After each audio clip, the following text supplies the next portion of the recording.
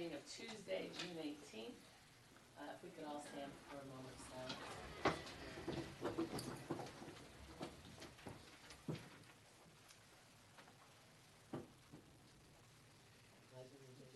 To the flag of the United States of America and to the republic for which it stands, one nation, under God, indivisible, with liberty and justice for all. So the record reflects those who are present. I will now call the roll. Village Attorney Serafan. Present. Village Manager Benton. Here. Councilman Brady. Here. Councilman Lafredo. Here. Councilman Meltz. Here. Mayor Wagger. Present. You have quorum. Thank you. Next up, we'll have our presentations, and we will start with a plaque of appreciation to present to Mr. Dan Brandt. Recently, I'm not sure if you're all aware, but back in June, on the 18th of June, Mr. Brandt, he makes these wonderful, beautiful pool tables. He's passionate about it, and he's really good at it. And he took the time to go and donate one of his tables to our recreation center. Two, that's right, two to our recreation center. The kids are really happy. Got several thank you notes from the kids, and it was an exciting time. And Mr. Brandt, oh, he brought them with. Oh, wow, look at this. All of these. This is awesome. This is so nice. How many did you get? It's about 30. That's fantastic. Well done. So we wanted to congratulate him and say thank you on behalf of the village and on behalf of the kids who use this recreation center. I know they got a bunch of great stuff, and the new stuff excites them and it excites us too. So thank you very much. And would you like to say something at the podium? Yes, if I could. Yes. He said, oh, first of all, Yeah. this is for everybody at the dice.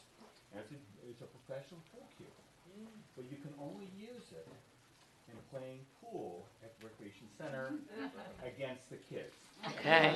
I'm going to give it to Jackie to be able to keep for you. It's a Awesome. professional cue stick that is going to have behind the desk. Wonderful. Is that a deal? Thank you. Deal. All right. Yes. Thank you. Will it make me play better? Yes. All right. Oh, yes. I- He's going to say a couple words first. Please, there's one letter that was very poignant, and I didn't give it to you, but you can pass those out. Right. And it says, "Dear Brandt, I cannot begin to tell how thankful I am for you to give us this brand new equipment. Thanks to you, we older kids finally have something to do when we go inside. It must have been really expensive, and to donate it to us, of all people, is incredible. So I want to say from the bottom of my heart, thank you for your kind donation. Zachary D." And this was written by one of the kids at the community center. That's why I did it. I didn't do it for that or this or anything else. My grandkids are here. We've been 30 years in the shores. I see Tom regularly walking our dogs together. We're part of the community. And when I saw the tables one day, walking in, and the last time I touched it was 2013, I went back to my shop, got 2 new tables, a brand new video arcade game, brand new foosball game, and I just delivered them. Just did it. Just took it upon myself and did it. So no one asked me, no one gave me, they just said, here, this is a present to Miami Shores. So this is for you because you folks are doing such a great job for our kids in this community. So thank you for what you're doing.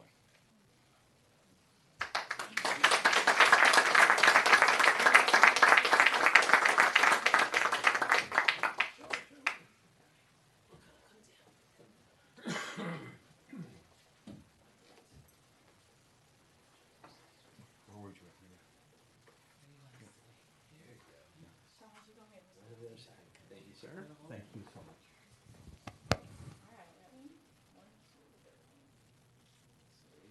It falls. Thank you. so much. And remember, if there's a problem, we know who to call. Call me. Okay? There's 100% guarantees on these things, so just call me. And by the way, they have steel legs this time. Okay. Thank you. Thank you.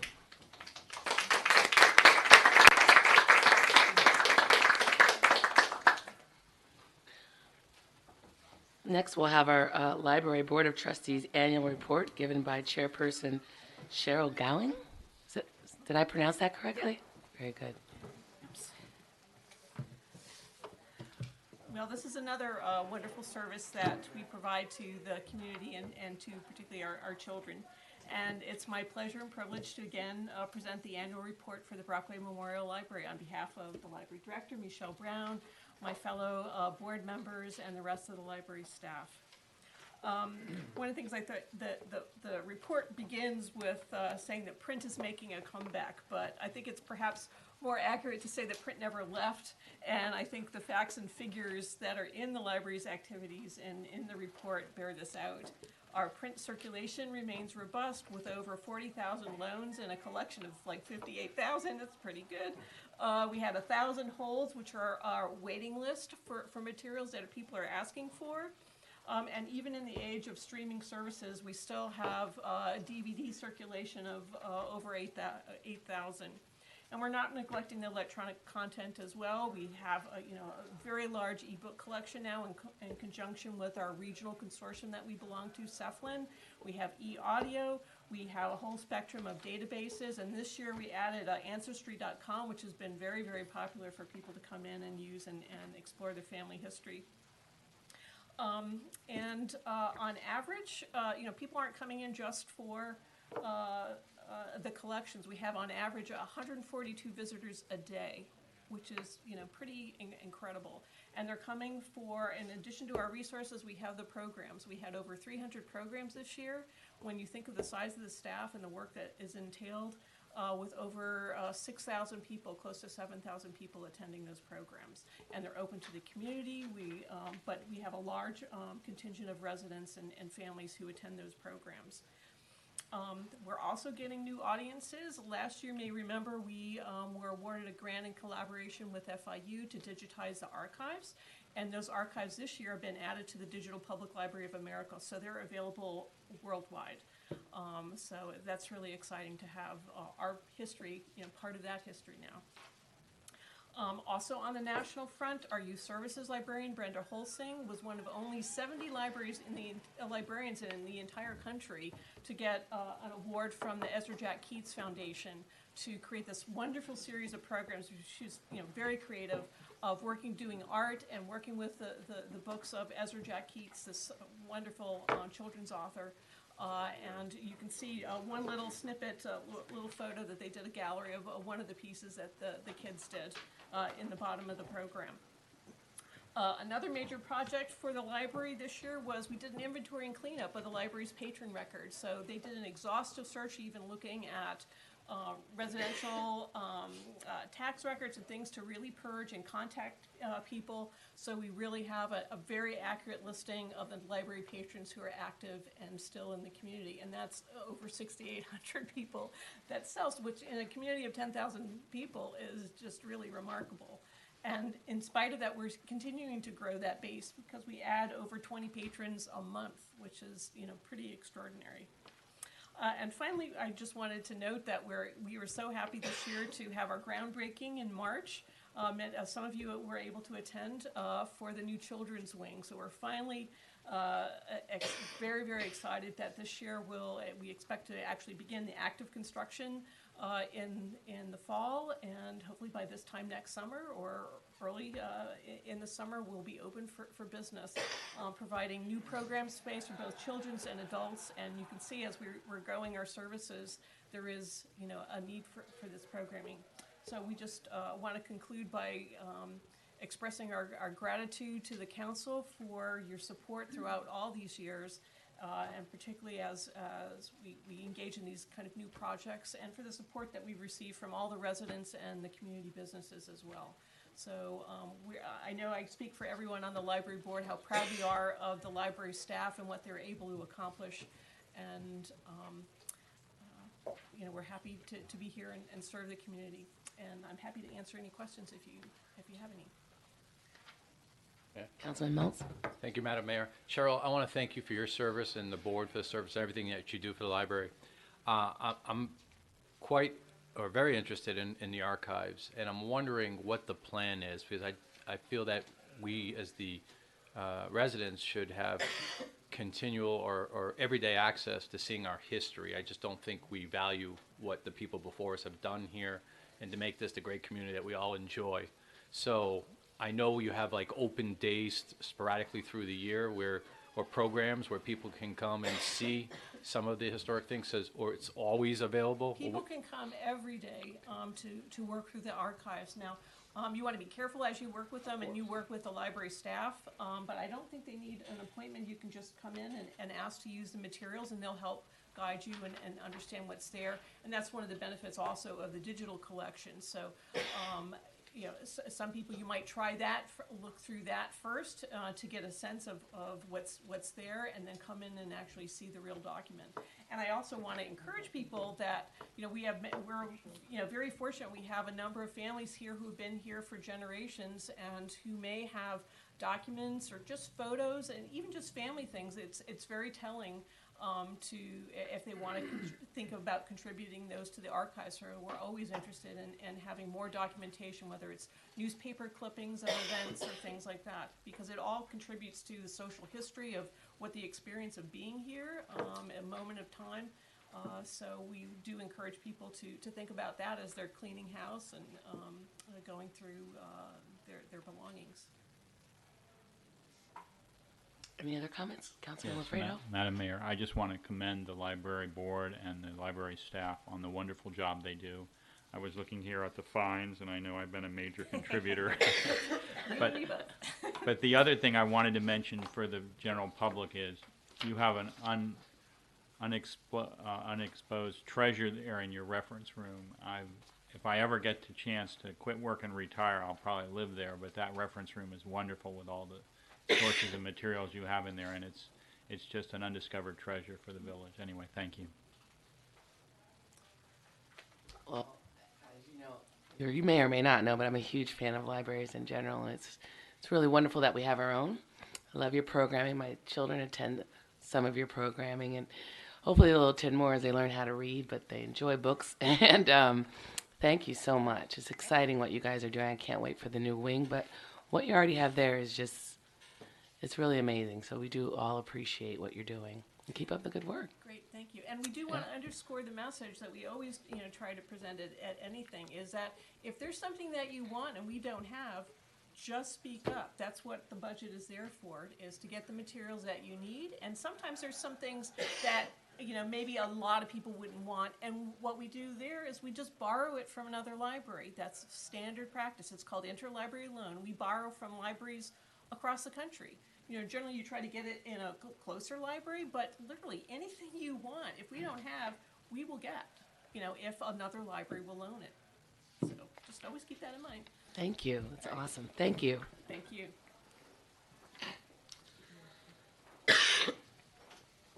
Next, we'll have our public comments. And for those of you wishing to make comments this evening, please limit your comments to 3 minutes and state your name and address for the record. Do we have anybody? Thank you. Good evening, Lou Perez, 145 Northeast 103rd Street. As many of you are aware, on Sunday, June the 9th, we had a vehicle accident that became a fatality right there on Northeast 2nd and 103rd. According to the reports, the drivers had been alleged to have been racing each other when perhaps one of the vehicles clipped the other vehicle. And one vehicle ended up hitting a tree, catching fire, and the person died. That was the third accident that week alone in the vicinity of Northeast 2nd and 103rd. Third accident.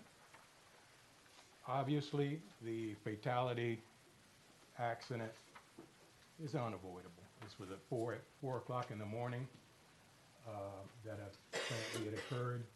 These guys were racing each other. No police action could have probably avoided that at all. I've been here before to speak about the need for speeding enforcement along Northeast 103rd and all the other major thoroughfares. There's been conversation. Some of the council, previous council had talked about that there's a plan for the police department to have a special traffic unit established. That's possible to be happening sometime by the end of the year. But by the end of the year, could be again too late for another issue. The intersection there, you have that little nursery school right there. Children are playing out in that little yard all the time. The two accidents, not the fatality, but the other two accidents earlier that week, the vehicles ended up in the yard of the house in the south corner, the south corner of the intersection there, okay? And they always end up there in that house. New homeowners, they must be really happy about that. My point is that we need to get the speed limits changed on the major thoroughfares from the current speeds, which are 40 mile an hour, to 30. So we need to work with Miami-Dade County, like we worked with them to change the speeds in the interior roads in the study that we did. We need to get back with them and ask them to change the speed limits in these major thoroughfares. When you change it to 30, people are going to go 40. So that's my point, right? We just need that kind of cooperation so that we can at least start with our police department when they do establish a traffic unit, that they'll be out there ticketing people for speeding. We can get more. We just cannot let this go any longer. That one fatality, you know, that should wake us all up. So thank you.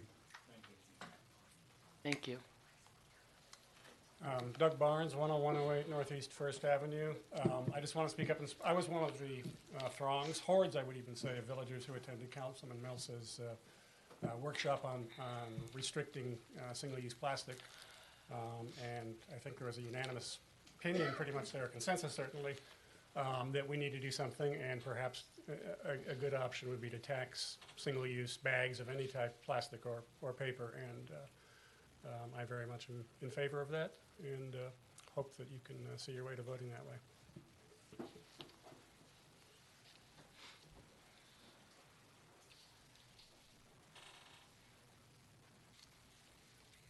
Mary Benton, 10108 Northeast First Avenue. I want to thank you, Councilman Meltz, for the very informative, and you as well for your presentation at it. I think these sorts of workshops are so important to educate the public. And I think we all learned a lot, some of it quite shocking, like we can't recycle glass. And as Councilman Meltz pointed out, Doug and I like to drink our wine, so. But I think it's unconscionable that Americans are so far behind Europe in matters like this. Europeans for years have been carrying around their reusable shopping bags. There's absolutely no excuse for us to not act on this matter. And I'm also really thrilled to see you guys are using paper cups instead of plastic bottles. So thank you. But that's exactly the point. We have to be thinking about this in everything, in all aspects of our lives. So thank you again, Councilman Meltz. Thank you. Anyone else for public comment?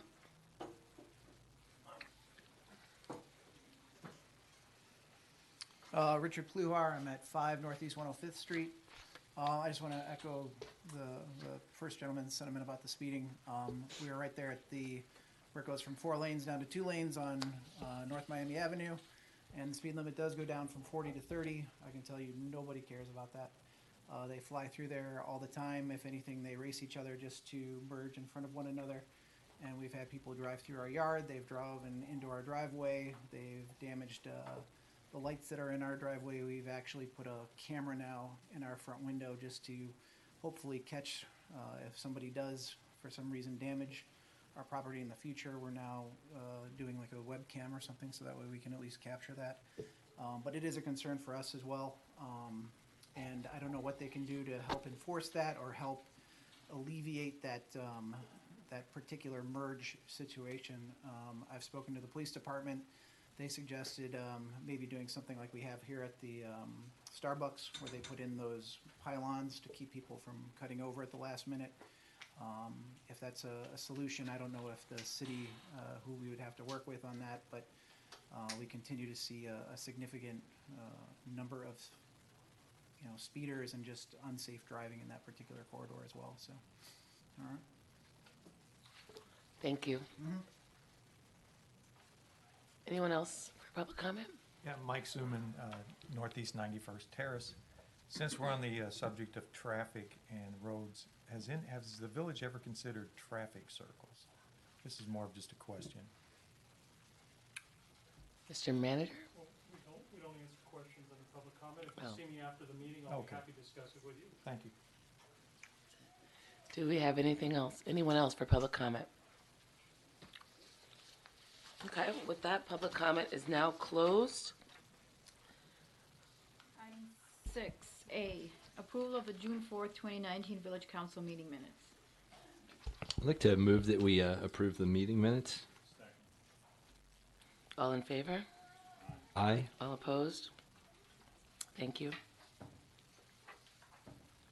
Item 7A, approval of appointment to the library board. There's one vacancy to a 4-year term. The village clerk's office received 6 applications from John Camp, David Gerhardt, Mary Griffith, Louise Reese, Jen Schwartz, and Ann Swainer. Jen Schwartz, as mentioned in a previous email, rescinded his application, so you'll be considering 5 candidates today.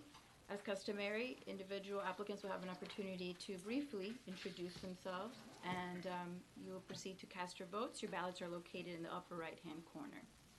First applicant, John Camp. Good evening. John Camp, 1050 Northeast 96th Street. I've been a Miami Shores resident along with my wife and daughter since 2003. Although I grew up in the Shores, I was telling Michelle earlier that my earliest memory of a chapter book at the library was a thrilling biography of Peter Stuyvesant, 17th century governor of New Amsterdam. It's out of circulation. I'm not sure why, because it was really well, I may still have it for all I know. Anyway, I applied for the library board the last time around, where there was a vacancy 2 years ago, or maybe 3 at this point. Was not selected, obviously, for the board. I served on the Rec Advisory Committee when we first moved back to Miami Shores shortly after 2003 for a period of a couple of years. And then we had a baby, and you know how that goes. I currently serve on the Board of Trustees of the Lawyers Committee for Civil Rights, which is a national civil rights nonprofit organization, and am a former member of the Board of Trustees of Miami Country Day School. In that capacity, I chaired the school's Institutional Advancement Committee during a major rebranding campaign. They rebranded all of their external and internal brochures, stationery, letterhead, the taglines, etc. And I oversaw that in my capacity as a member of the board. I am a longtime user of the library. As I said, my wife and daughter and I continue to use it, not just for the books, but also for programming. And I do want to say we really appreciate what the board has done with the Fine Arts Commission, that partnership, as well as organizations like Miami Shores People of Color, and we use all of that. I did submit my resume with my application and then fleshed out my desire to be on the board. If you have questions, I'm happy to answer them for you. If not, I'll cede my time. Thank you. Thank you, Mr. Camp. Next applicant is David Gerhardt. Good evening, Madam Mayor and fellow councilman, Mr. Serafin, Mr. Benton. My name is David Gerhardt. I've been a resident for 50 years. My family moved here in 1969 and I've been pretty much going to the library since then. My parents always, for them, it's either the library or the recreation center to keep my brother and I out of trouble. So I have a special place in my heart for the library. My two children have gone through the programs. Miss Kelly was there for years. Both of my children did all the programs with Miss Kelly, and now Brenda, the new head of the children, has done an excellent job as well. I would like to be on the board because I think we have, as everyone recognizes it, just a fantastic gem. It's a great part of our community, and I would like to be on the board to help Michelle and the other board members to keep everything going. Thank you for your consideration. Thank you. Next applicant is Mary Griffith.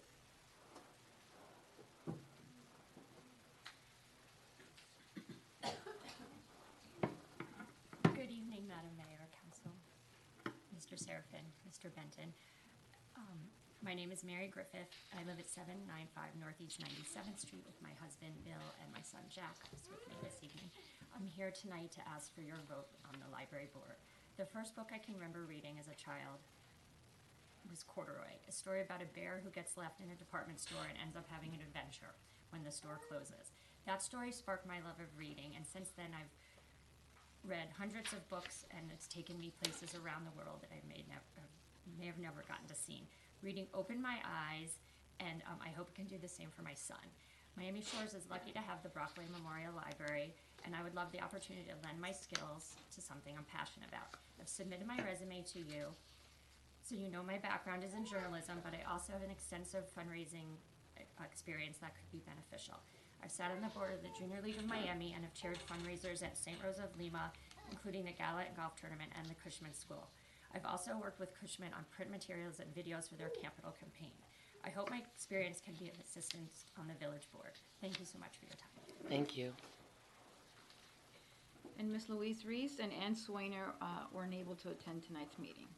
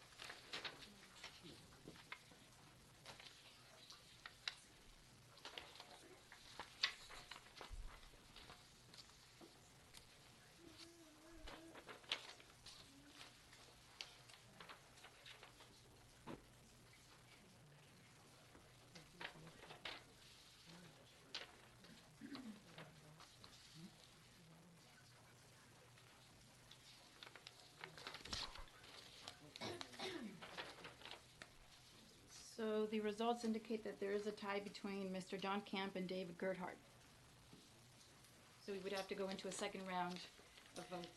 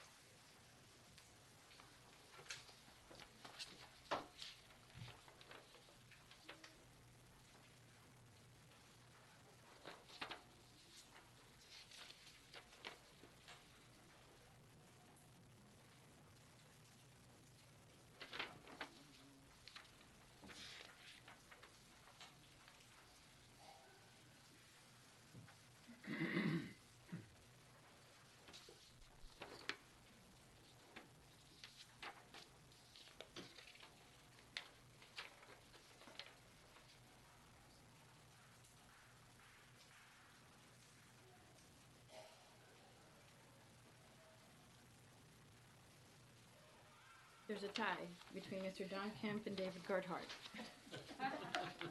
I think under established precedent, we now move into rock, paper, scissors.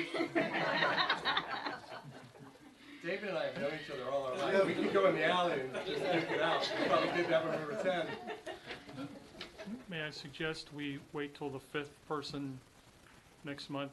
We have a full quorum here. I like that. Madam Mayor? Yes. Nope. I just wanted to say that these are the kind of decisions that, sometimes make you want to have like bigger boards, because we do get such great, people from the community come in, and thank you very much, for your interest in these positions, and we encourage you to, please stay involved and please continue to reapply to the board. Thank you. Thank you.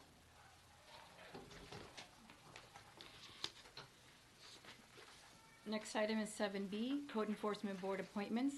There are 2 vacancies, one one-year term expiring in September 2020 and one 3-year term expiring in September 2022.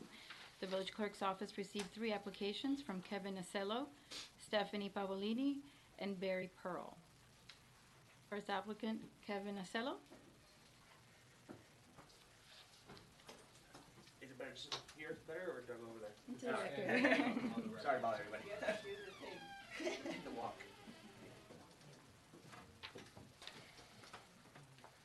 Hello, everybody. Kevin Acello, 9425 Northwest 2nd Court, Miami Shores. Been here all my life. I've been here for most of my adult life, actually 26 years. My family dreamt of coming to the Shores and owning a house in the Shores.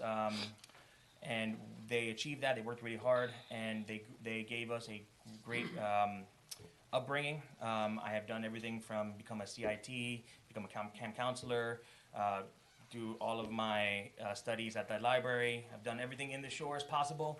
And now in my adult life, I would like to give back to the Shores. That's why I applied. I applied for this position because my experience is in construction. I've done construction for the last 14 years. I have ran 3 of the largest stone companies in Florida, and now I own a Italian appliance company, which is still in construction. And it was right up my alley. Myself and my fiance that also applied. I just bought a house here in the Shores as well, so now the whole gang owns houses in the Shores. There's 6 houses in the Shores under the family, and just wanted to give back, to be honest with you. I think that when it comes to code enforcement, that's something that I could really do, especially that I have done almost everything to build a house at this point. And I have sent in my spreadsheet, my background sheet, and yeah, if you have any questions, I'm here for that. Yep. Sure.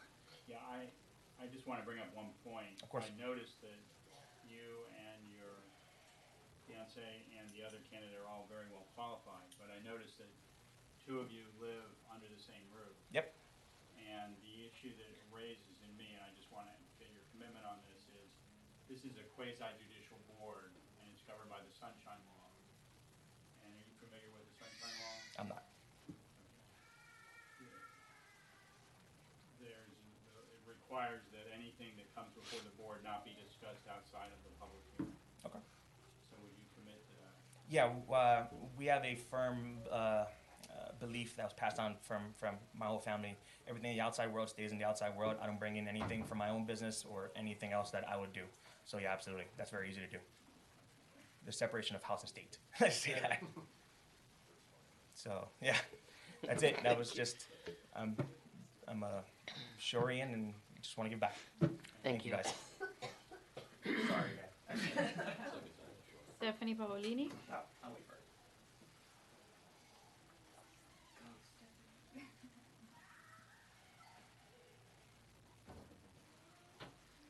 Good evening. I'm Stephanie Pavolini. Thank you all for the opportunity to greet you tonight. I'm actually a new resident to the Shores, and it might be blasphemous for me to say this, but I'm actually a Coral Gables girl. It was because of Kevin that dragged me out of the Gables and showed me what Miami Shores is all about. And after living here a little over a year, I am completely in awe of my new community. I am so excited about all of the development that's going on downtown, and I want to also give back to this community. Kevin and I, we want to have a family here. We're young, we're very prosperous in our professional career, and we want to have Miami Shores be a part of our life for many years to come, and I want to make sure that I do my part to have this be the model community that I want to raise my family in. A little bit about myself. I've always been in the public affairs, government arena. I started off as a community organizer, working with underprivileged communities in West Palm Beach, working on issues of affordable housing, youth crime, wage theft, that sort of thing. I moved to Miami a little over 7 years ago to pursue my master's at UM. After that, I transitioned over to working for a nonprofit, pursuing Hispanic affairs and helping entrepreneurs start their own business. And now I'm at the University of Miami working for UHealth in international business development and most recently in physician relations. So I feel that my background is also very well rounded to work in this arena, and I thought it would be a great opportunity for me to also become involved in the community affairs of my own community. So that's why I'm here, and that's why I also threw my hat in the ring. So, any questions? Again, I just get your commitment. You're Yeah. familiar with the Sunshine Law? I actually am very familiar with the Sunshine Law, having worked in politics, and you have my full commitment. Thank you. Thank you. Next applicant is Barry Pearl.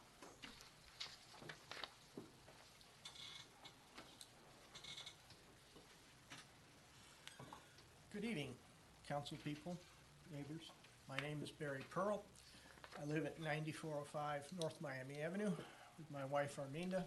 We moved in there in 1992 and have been residents of Miami Shores ever since. At some time after we moved in, and my memory is a little fuzzy on this, we became involved with the Miami Shores Property Owners Association. And as a result of that, we were on their committee to address code enforcement. So we came over here to Village Hall and got an education in code enforcement from the officer at that time, a guy by the name of Bill Nelson, and attended our first code violation board meeting. And it was a doozy. The meeting broke down into a shouting match between two of the applicants and two of the board members, and it was a real eye-opener. This was before the time that Mr. Serafan started attending the meetings regularly. A few months after that, an opening on the board opened, and I applied for it, and I was appointed to the board. I probably served on the board, I forget how long, but it's well over 10 years. I was termed out in 2016. I understand that there's a position open, and I would like to put myself available for the village if you need me. I think code enforcement is important. At the same time, it has to be done in a fashion where the people that you're dealing with are dealt with in a professional and diplomatic, polite manner. At the same time, sometimes you have to deliver bad news, but you can do it in a professional manner. Are there any questions? So you served on the code enforcement board once before for 10 years, you said? You mentioned? At least Give or 10. take? Yeah, yeah. Okay. It's kind of scary because time flies. Yeah, understood. I was chair for several years. There had been a previous chair who had been the chair for over 20 years. That wasn't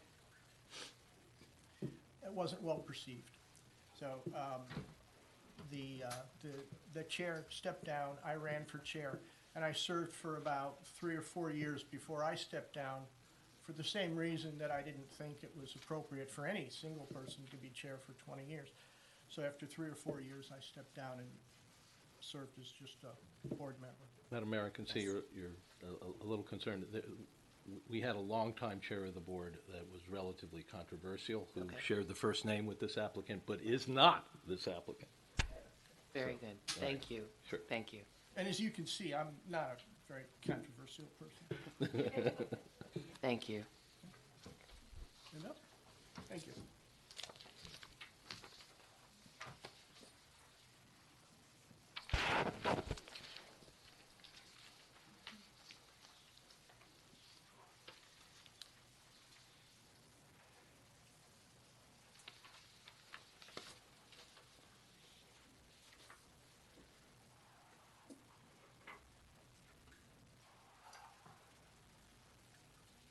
Madam Clerk, are the ballots set forth in such a way that we'll be able to tell who gets which seat? Yes.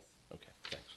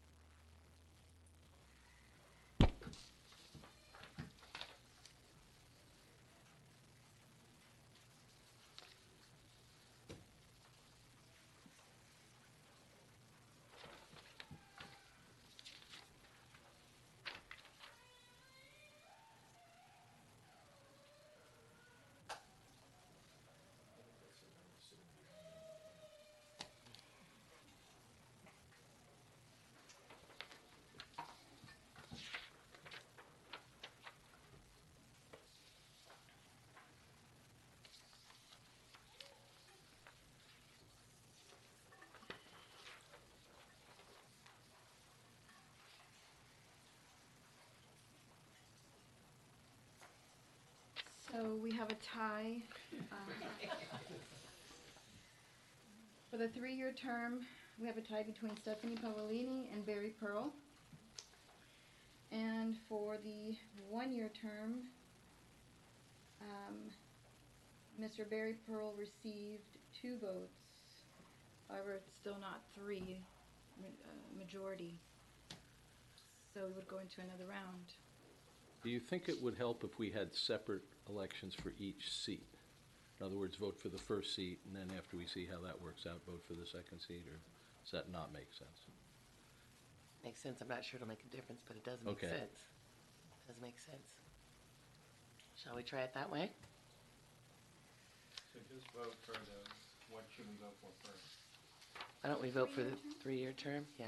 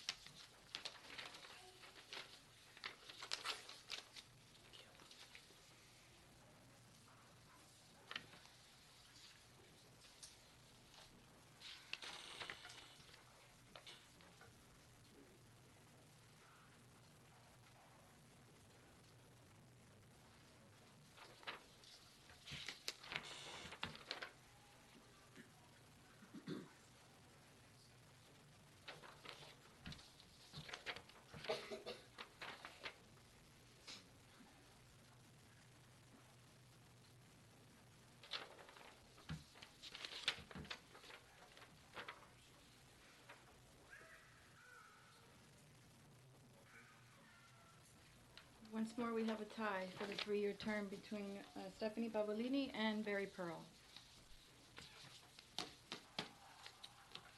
I'm wondering if we should, can we hold this over until we have a full complement of council members? Yeah. So we'll hold this vote until we have a full quorum. And thank you guys for your patience and coming out and participating in the process. We appreciate it.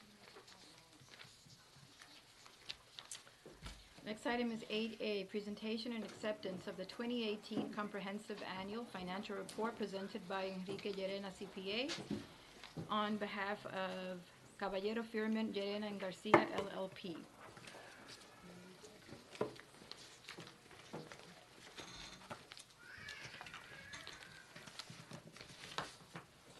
Good evening. Thank you in advance for your time. For the record, my name is Enrique Llerena, and I served as the engagement partner on the audit of the village's financial statements for the fiscal year ended September 30th, 2018.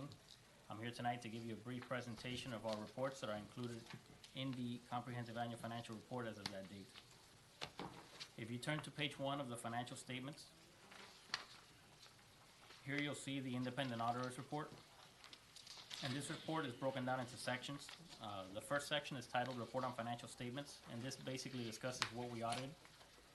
And it states that we have audited the accompanying financial statements of the governmental activities, the business type activities, each major fund, and the aggregate remaining fund information of the village as of and for the fiscal year ended September 30th, 2018. This is followed by management's responsibility, which is that management is responsible for the preparation and fair presentation of these financial statements in accordance with accounting principles generally accepted in the United States of America. Our responsibility as your external auditor is to express opinions on these financial statements based on our audit. The opinion paragraph, which is the most important paragraph on this report, is on this page.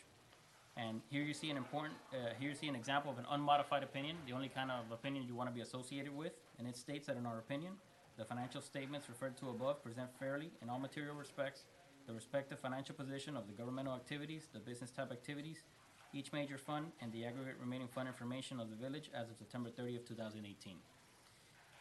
In this year's report, there's also an emphasis of a matter. Emphasis of a matter paragraphs are included when you want to highlight something that is detailed in the financial statements, but is of such importance that you want to make sure the readers of the financials do not miss it. This emphasis of a matter relates to the implementation of GASB Statement Number 75. This pronouncement was implemented as effective as the beginning of the fiscal year, and it changed the disclosures related to other post-employment benefits. So it changed the footnote for other post-employment benefits. It also added a new required supplementary information schedule, and it changed the way that this is accounted for. It turned into an accounting liability, not so much a funding liability. So it changed how it's treated. Now, this is not specific to your municipality. Every municipality implemented this pronouncement as long as it was effective to them that offered other post-employment benefits. On pages 3 through 12, you find management's discussion and analysis. This is a very good section for the users of the financials to see a plain English explanation as to what happened during the year compared to the prior year, and not only tells you what changed and why. So if you're going to read these financials, I would start there. And this is management's story of what transpired and how it compares to the prior year. If you turn to the back of the document, I'm going all the way to page 108. This is the compliance section, and it contains the rest of our reports that are included in your financial statements.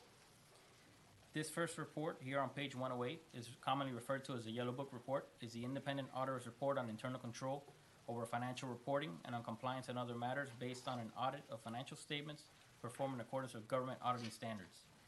This report is broken down into two sections, the internal control over financial reporting section, as well as compliance and other matters. And here I would report to you any findings that were related to, as it states, internal control over financial reporting or compliance and other matters. And I'm pleased to note that we do not have any findings to bring to your attention at this time. Also included in this section is the management letter required by section 10.550, Rules of the Auditor General. This is a letter that needs to be included that has certain disclosures that we need to include. And if you turn to page 111, on the second page of this letter, here we have the opportunity to highlight to you any recommendations for improvement, related to any procedures related to financial management that do not rise to the level of a significant deficiency or material weakness, but that would still warrant your attention. I'm pleased to note that we do not have any recommendations at this time or opportunities for improvement that we identified. Also included in your packet was a final communication letter that we give at the end, which is basically a report card where we communicate back to you how management performed throughout the process, and if we had any disagreements with management or any difficulties encountered during the audit. I actually like to take this opportunity to thank Mr. Benton, Holly, and the rest of their team for all their support. Without them, we wouldn't have been able to finish the audit and do what we did. They were extremely responsive and extremely cooperative, providing everything we needed. So thank you very much for your effort and your support. With that concludes my presentation. I'm available to answer any questions you may have. Does anyone have any questions or comments? Okay. Just one. What is the unrestricted fund balance as of September 30th, 2018? I think I got the other report. This is the preliminary draft, the one we got in our packet? It's the same. It's the same. Okay. Your unassigned fund balance in your general fund is $8,070,647 as of September 30th, 2018, in your general fund. Okay, and that, does that include monies that we're expecting back from FEMA, for Irma? The FEMA funds were not accrued as of year end because you did not have a funding commitment. So you actually have a negative unassigned that's reflected in your grants fund, which is a timing difference. As soon as you have a funding commitment from FEMA, you'll be able to record a receivable and a corresponding revenue. So as of right now, that $8 million does not account for the impact of those funds. So then there's a negative that offsets that to a certain extent. Correct. The total for your governmental funds, your unassigned fund balance is $4,747,395. Thank you. And That's to, found on, I'm sorry, that's found on page 15 of the cap. to Councilman Lafredo's point, and I read as much of it as I could. In the future, however, I'd like to ask that something like this, if we get it a couple of weeks in advance of the presentation, so a document like this requires a detailed combing over, in my opinion. So in order for me to go through this thoroughly and then therefore provide some questions or make some comparatives, I'd like to have it earlier than when we received it. I was going to ask the exact same questions as Councilman Lafredo, so otherwise it looks good, and I know that our staff does a good job with our financials, so I appreciate that as well. But I'd like to have more time to go over this before I opine on something like this, but thank you. Not a problem. Any timing that you see fit, just we'll work with management or whatever is appropriate. Thank you. Anyone else? Okay. Do I have a motion to approve? I'll move to approve it. Second? I'll second. All in favor? Aye. All Aye. opposed? Mine was an aye, my Yours apology. is an aye? It's an No aye, worries. my apology. All opposed? Thank you. Thank you. Thank you. Next item is 8B, presentation and acceptance of the sanitation rate study presented by Public Resource Management Group, Inc.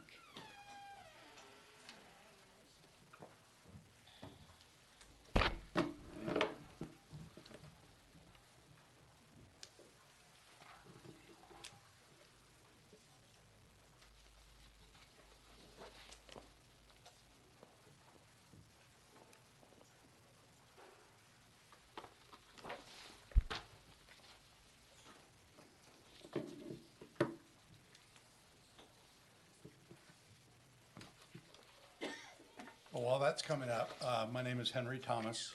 I'm Senior Vice President with Public Resources Management Group. You engaged our firm to review your solid waste rates and assessment for the coming year.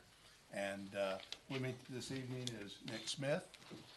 Nick played an essential part of pulling all this together. He was the lead that did the analyses and helped prepare the report that you've been provided regarding this matter. So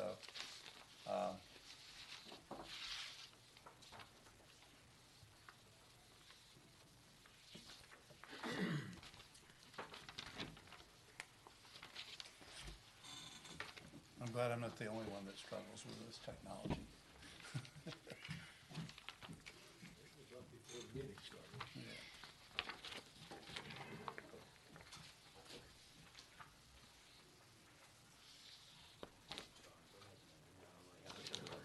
Sean's itching to help out. He helped me yesterday. Is it on computer or HDMI?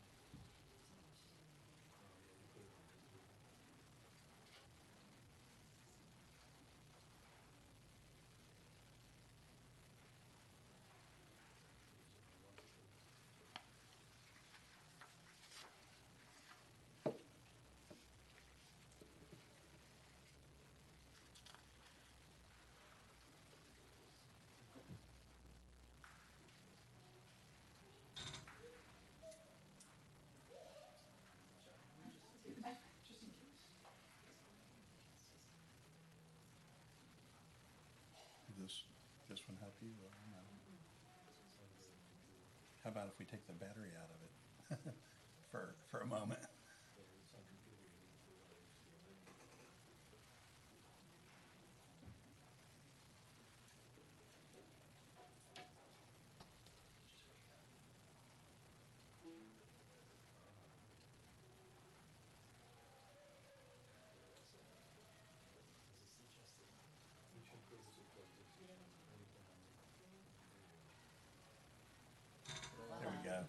Thank you very much. Thank you.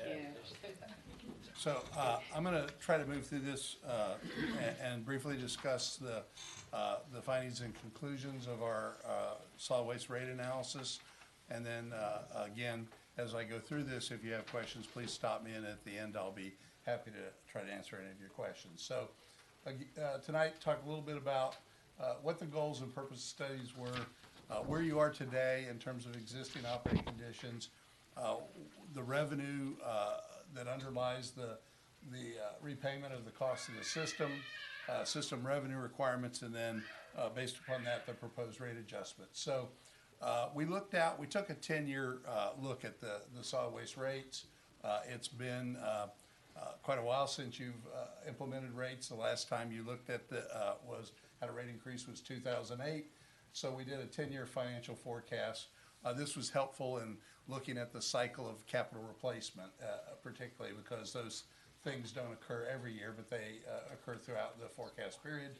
And we've prepared rate adjustments, which I know are going to be presented to you in the form of an ordinance in the near future. So the last time we did look at rates in the village was 2008, so it's been quite a number of years. In 2011, prior to 2011, it was placed on the monthly utility bill. In 2011, it became part of the tax assessment. It's a special assessment included in the tax roll each year. So at the time you made that transition, the rates that were in place did stay in place.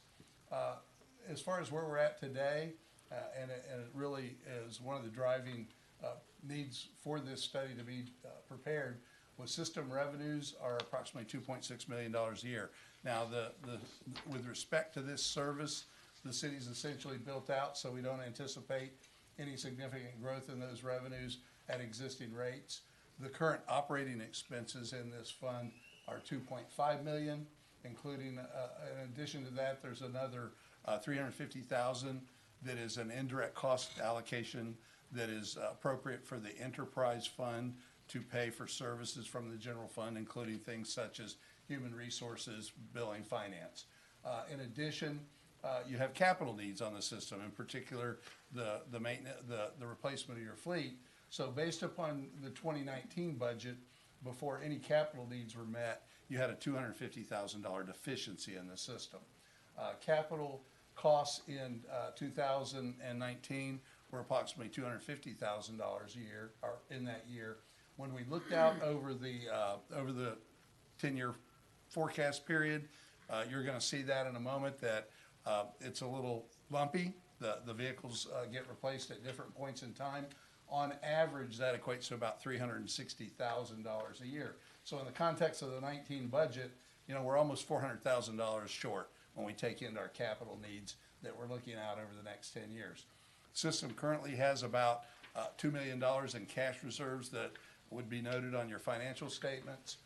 And again, we've maintained a minimum balance for reserves of approximately 90 days. We don't want to go below that. That's about $700,000. We used about $1 million to build into the plan to help pay for capital needs. These are reserves that have been built up over time from the rates that were put in place back in 2008. And obviously, we don't want to raise rates without considering using those funds. They were provided by the ratepayers, and we've used them to their benefit here. So again, that helped us phase in the capital expenditures and how that hits the rates. So in 2019, you served approximately 3,623 solid waste billing customers. 3,513 of those were residential. That does include multifamily, including the townhouses, duplexes, condos, et cetera. 110 commercial billing units. You don't have a large commercial service within the system. Again, because it's built out, and while you may have redevelopment of properties, it's not likely that you're going to add new properties to the system. So we've maintained that $2.6 million in rate revenue through the forecast period. We did look back at historical, and we also were provided detailed billing statistics to confirm that number. So your revenue's been fairly consistent at that $2.6 million range for several years now. The other revenue that's available to help pay expenses and capital needs in the system is interest income. And again, over our forecast period, because we're using some of those reserves to help pay for capital, that balance is declining and the interest income is declining accordingly. So with respect to operating expenses, again, you've got a number of areas where we incur expenses. Obviously, a big one is labor. Another one is disposal costs. You also have operating expenses associated with repair and maintenance of the equipment. And then obviously, I talked a little bit about the $350,000 a year that is a transfer to the general fund for the allocation of administrative expenses. Just to put those in context real quick, of your total revenue requirements, of the operating expenses, labor represents about 40%. Repair and maintenance of your vehicles, about 16%. It's pretty significant. Your disposal fees are about 26% of your overall costs. And then based upon the 10-year forecast, capital is roughly about 10%. So that's where the money that's collected from our customers goes. Obviously, we don't have a lot of control over disposal costs. One of the things we are seeing in your market that's putting pressure on everybody's solid waste rates is the cost of recycling. It's increased in recent years as much as threefold. While we don't anticipate it to continue to increase that at that rate, it will likely go up in the future along with your other disposal fees that you pay to the landfills. So when we looked at the increases in costs over time and the assumptions we made, with respect to general inflation was 2.4% a year, labor costs at 3% a year, health insurance averaging 5% a year. Of course, health costs don't necessarily escalate evenly. Sometimes they're up, sometimes they're flat. This is an allowance to make sure we can pay for those labor-related costs. Disposal fees, 3% a year. Fuel for your vehicles, 3% a year. And repair, based upon recent experience, about 6% a year. Parts and materials and supplies for solid waste vehicles are increasing more than the general inflation of the economy. That whole set of assumptions, when we apply it to your overall line item in the budget, is about 3.4% a year. This chart just illustrates that today your operating expenses are just under $2.9 million. Based on 3.4% escalation a year for 10 years, that results in a cost that's approximately $3.9 million at the end of the 10-year period. That's a $1 million increase over a 10-year period. So the capital improvement plan we've looked at over this same 10 years requires the replacement of a number of aging fleet. You've got garbage trucks, front-end loaders, trash trucks, grabber trucks, quite a assortment of vehicles and equipment that's necessary in the solid waste industry. Based upon recent experience, the cost of those vehicles are going up, and this is probably the cost that's, other than recycling, that's escalating the most. And so we've assumed that those will continue to increase for 8% a year. These are projections, but we want to make sure you have the money there when it's time to replace the vehicles. Based upon the fleet replacement costs over time, over the 10-year period, it's about $3.6 million or $360,000 a year. So one of the things we talked about was using the $1 million in reserves to help phase in the rates as moderately as we could. Unfortunately, because we haven't raised rates since 2008, this plan is quite a bit front-loaded to help us catch up. Because if we don't do that, we're gonna end the reserves. They won't be sustainable for very long. And in fact, if you don't change rates right now and you incur these expenses, your fund will probably run out in about 2 years or so. So right now where we're at, you can see in this chart the lower part are contributions from the operating fund. That's that contribution of that $1 million in reserves. In 2020 and 2021, we actually use those to pay for all the capital expenses. We've got some fairly significant vehicle replacement costs in 2022 and 23.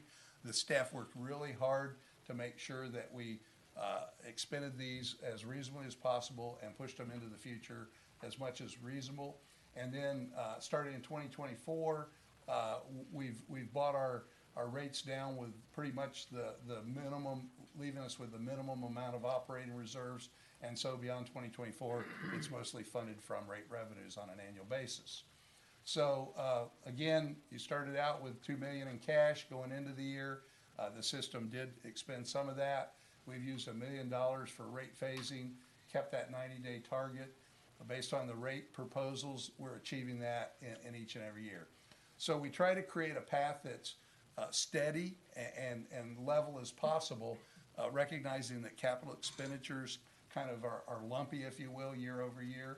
And what we've proposed is 15% increases, and those are high, but in 20 and 21, that's kind of the catch-up from not changing rates since 2008. And then once we get to that level, we're able to sustain a 3% a year rate over time. Again, there's a little bit of surplus completed early on, but then those surpluses are making up for some of the uses we had of our reserves. And over time, we do hit our target reserve levels. And you can see that our goal is throughout the period to have rates rising so that they meet our total needs. The black dashed line is the current revenues, and you can see if we don't make a rate change that we won't be able to pay our operating expenses, let alone our capital, and that by the end of 2028, without these rate adjustments, we would be somewhere close to $1.5 million in terms of deficiencies annually by that time frame. So if we looked at the rate relationships and the apportionment methodology that's been in place for a number of years, we felt like it was reasonable. If we had additional data, we might be able to take a closer look at certain cost aspects. One of the things that really drives your rates is the level of service you provide, particularly with respect to bulk services. Literally about 45% of your labor costs and vehicle costs is involved in bulk pickup. So you've got a significant level of service related to bulk. If we apply the 15% rate for the tax year FY20, the 705.53 that's single family, that's a 2 can a week service, currently pays, it's $811.36. Duplexes again see that same increase from 705 to 811. Apartments and condos, this is a per can rate. So currently per can it's $375 and would propose to go to $431.25. The commercial can service, you don't have a lot of that, but those are single cans, and again, smaller cans, $170.95 to $196.59. Hotels and motels from $420 to $483. Again, all the rates were applied across the board.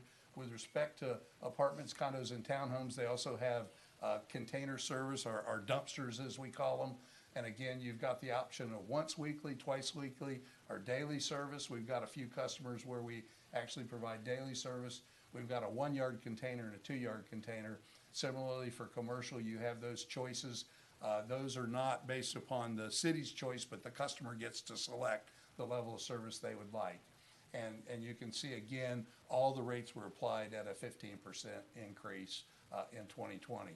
So when we look at the surrounding communities and the average bill, you're at the higher end of this. I will make a couple comments about this. For one, a number of these providers on this chart are private haulers. Clearly, they don't provide the same level of service. The county, for example, that's on this chart, picks up bulk waste twice a year. You pick it up all the time. So customers get it picked up. They get it picked up on demand. If they call, you pick it up. The other thing you'll find with most of the private haulers is it's a once a month type occurrence where they pick up bulk trash. So you have a very high level of service relative to the surrounding communities. We also spoke to a number of these communities that actually have municipal providers.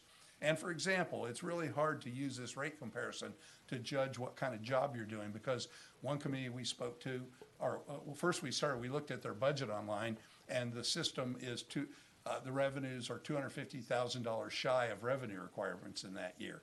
So again, some communities may subsidize this with general fund, some may be using cash balance. The other thing I'll point out to you about the private haulers is generally the rates are by contract. They're for a given period of time. The private haulers are also seeing these rapidly increasing recycling costs.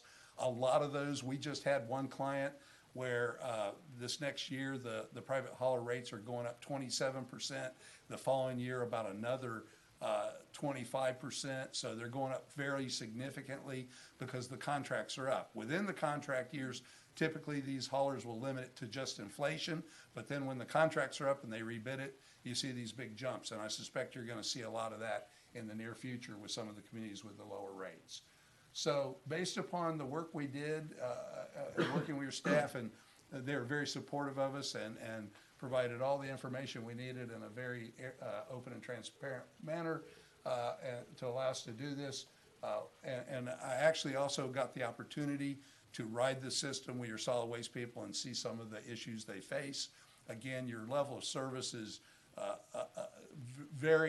it's unchallenged among other communities I've seen. And things like when the customer puts that third can out, they don't stop and say, hey, you're only supposed to put 2 cans out. They pick it up. So you're providing a very high level of service. But when we look around, why are rates different? Again, it's not necessarily the efficiency of how you do things necessarily, but it's frequency of collection, the type of waste collection. Again, you have a lot of, for your community of your size, a lot of bulk. Obviously, people keep their yards up and do a lot of tree trimming and such that creates a lot of bulk waste. Whether the service is automated or not, again, your alleyway systems that you use, it's kind of difficult to make that automated where in the automated systems, the cans are out in front of the homes and picked up with vehicles with hydraulic systems. Disposal options and fees that you have, those are costs that are out of your control. You're not going to have much control over your recycling and other disposal fees, density of service area, age of fleet and facilities, and fuel sources. And I suspect through this current cycle, you're going to be using traditional trucks, but maybe the next replacement cycle, you're going to have options, including natural gas or even electric. So there's things that in the future may help mitigate this in terms of the fuel sources we use for fleet collection. Based upon the work we did, obviously existing rates are not sufficient. They weren't sufficient in current 19. We recommend that you adopt the proposed 15% increase for 2020. Again, because this is a special assessment, we have to meet certain standards under Florida statutes.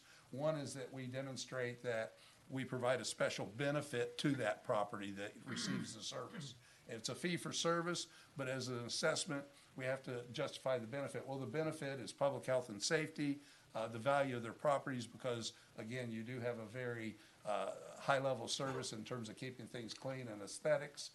The proportionality that's currently in your code was maintained. That stood the test of time. And we do believe that even though we've given you a 10-year plan, obviously you're going to monitor this, and you should probably at least update this prior to the 10-year period being over, based upon how circumstances may change in the future. So at this point, I'll try to answer any questions you have. Thank you very much. Councilman Lafredo. Thank you, Madam Mayor. Thank you very much for your presentation. We had this discussion yesterday, so I'm going to go through it with my questions. Number one, we're putting into the general fund a charge of $350,000 a year, correct? Yes, sir. We have 3,500 customers. Okay, so that $350,000 isn't salaries for personnel. It's not cost of equipment. It's not any budgeted item. It's just a straight payover to the village, which works out to about $100 a customer a year for the last 8 or 9 years, correct? Yes, it's about 12% of the overall revenue requirements. Now, it does go to pay salaries, but it goes to pay the salaries of folks in human resources, in finance, Well, it contributes to it. Yes, sir. Yes, sir. It Okay. doesn't fully pay it, but it does contribute. Okay. And for years, well, back in the day, I'm going back, the city of Miami kept their rates down by subsidizing the garbage department out of the general fund. And I'm just telling you my opinion, and I'll move on. It seems to me like this was almost a reverse subsidy of the public works subsidizing the general fund. That's just a comment. Okay, I noticed that other than Coral Gables, we're now the highest rate in Dade County. Is that correct? Based upon the rates that were in effect currently. Okay. We don't have programmed into there any possible rate increases that our communities are considering at this time. Right. But some of those communities, I mean, we're above Key Biscayne, we're above Lighthouse Point, we're above Southwest Ranches. But some of these communities have an automated service where the truck comes down and you only have one operator. and you pick up a big can in the front yard. Is that correct? Yes, sir. Okay. We could say, I'm not advocating for it, but I'm just saying that if the community, because we're going to have a couple of workshops coming up, and if they were outraged about the increase, if we wanted to save money in terms of the cost of service, we could go to this system and we would save substantial money, correct? Well, I do think there's cost savings associated with it. I think you would have significant capital costs up front. So the cost savings wouldn't be immediate. What you would have is you'd have to buy new vehicles with the automated hydraulics. You'd have to buy all the cans for 3,500 homes. You'd have to also do a lot of training. It takes a little bit of finesse to operate the thing properly. So yes, there are probably long-term savings if you're willing to accept that service. I agree that that's something that other communities have done, some with positive results and some not so positive results. So again, I think that is something to consider. Okay. Now, with regard to capital, these vehicle purchases are being made on a cash basis, correct? Yes, sir. Okay. Back in the day when we didn't have any money, we used to buy our police cars over a 10-year loan. And wouldn't you agree that if we bought over, say, a 5 or 7-year loan, we could reduce the amount of capital needed over any given fiscal year and spread it out over a period of time? Well, again, because we're looking at a 10-year period, I would say that yes, we can spread the lease cost out. But what you're talking about is the capital recovery will essentially be equal to what it would cost you to purchase a truck, plus you're going to pay interest when you pay a lease. So over time, in the current period, instead of spending, say, $200,000 for a vehicle, if you lease it, that current period revenue requirement is lower. But over the life of that lease, because these vehicles don't last like utility assets that last 30 years, they've got a fairly short life. Over time, it tends to be more expensive to lease than buy. So Correct. Again, it's if having the cash available and not having it available is an important consideration in that decision, obviously. Right. The other thing we discussed yesterday was the cost of disposal. You had said it's almost 30%. Is that correct? It's 26% of the total revenue requirements when you consider your bulk, your garbage, and your recycling. It's roughly, Right. I recalculated, it's 26%. Okay. Yesterday you told me 30, but you're saying Yeah, it's 30. I went 20. back and looked at that number again, yes, sir. Okay. And included in that, I had one more point to make. Now I can't remember what it was. But if we cut down on the amount in the waste stream, we would cut down on the amount of expenditures for the department, correct? That's right. When you bring that waste to the landfill, you're paying based on the volume you provide them. The other thing I will point out, you mentioned Lighthouse Point as having an automated system and having lower costs, but I will point out to you that they also pick up bulk once a month. Okay, so that's a big part of this cost stream that you're paying for in your solid waste services is how you treat your bulk waste. And that was the point I had forgotten, and thank you for bringing that up. How much could we save in terms of a percentage of the cost if we, well, I guess it would depend on how much we altered the bulk waste pickup, because that's a big problem in terms of our cost in Miami Shores. Yes, sir. I couldn't answer that tonight, but you could look at that and change your policies and provide a lesser service, and obviously it would change the cost stream. So if the citizens were up in arms over 15% increases per year, and they wanted to know what we could do about it, we could cut down on the bulk waste pickups, and that would ameliorate some of that. Is that correct? Yes, sir. Thank you. I have nothing more. Thank you. Any other comments? Madam Mayor, may I? Yes, Councilman Meltz. Thank you very much. Thank you for your presentation. As far as recycling costs, that's included in your analysis, is that right? Yes, sir. So if we reduce recycling costs, we would reduce our overall cost for our bulk waste. Yes, sir. And I appreciate you putting in there the fee comparison to other communities, because that's what we're trying to do in transparency, because it would be quite easy just to forget that when we are one of the highest cost communities. So I do appreciate that, and I hope the residents appreciate that too, that we're not hiding from anything, asking to increase our already very high rate. I guess if we reduce our waste pickup to once a year, the rates would go down, right? Quite a bit, quite a bit. And if we required our residents to pay extra if you wanted extra palm fronds or an old couch or something to be removed, our rates would go down, Yes, right? sir. And I assume if we filled in all our alleys and put all our trash out front, our costs would go down. With a change in how you pick it up as well, yes, sir. So basically, if we change one of our best assets in terms of our garbage service, our rates will go down. Right, I think there's a direct relationship between the level of service you provide and the rate you charge. And the rates I focused on are here in Southeast Florida. There's a lot of communities throughout the state, some that are more like your community. I work with the city of Edgewater. They provide a very high level of service.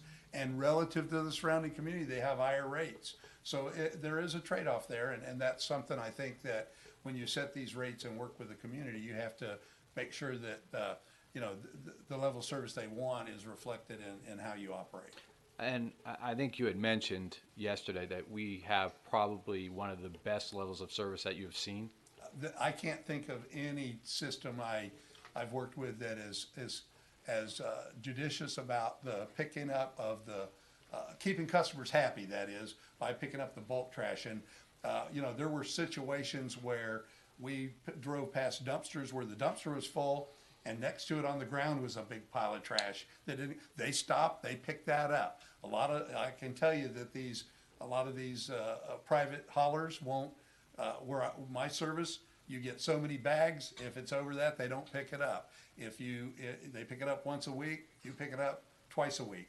Again, you have a very high level service that's really incomparable in most other communities. Okay, and the last point, with regard to the fee comparison for other municipalities and communities, when we discussed that yesterday, I had asked what these other communities do in terms of are they taking money from their operating fund to subsidize, and we were unsure, right?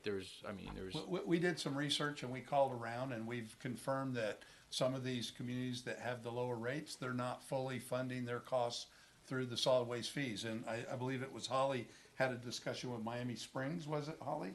And we also verified that. Again, if you look at their financials, they're running at a deficit of about $250,000 for the current year that they reported, and their fund balance was almost negative $900,000.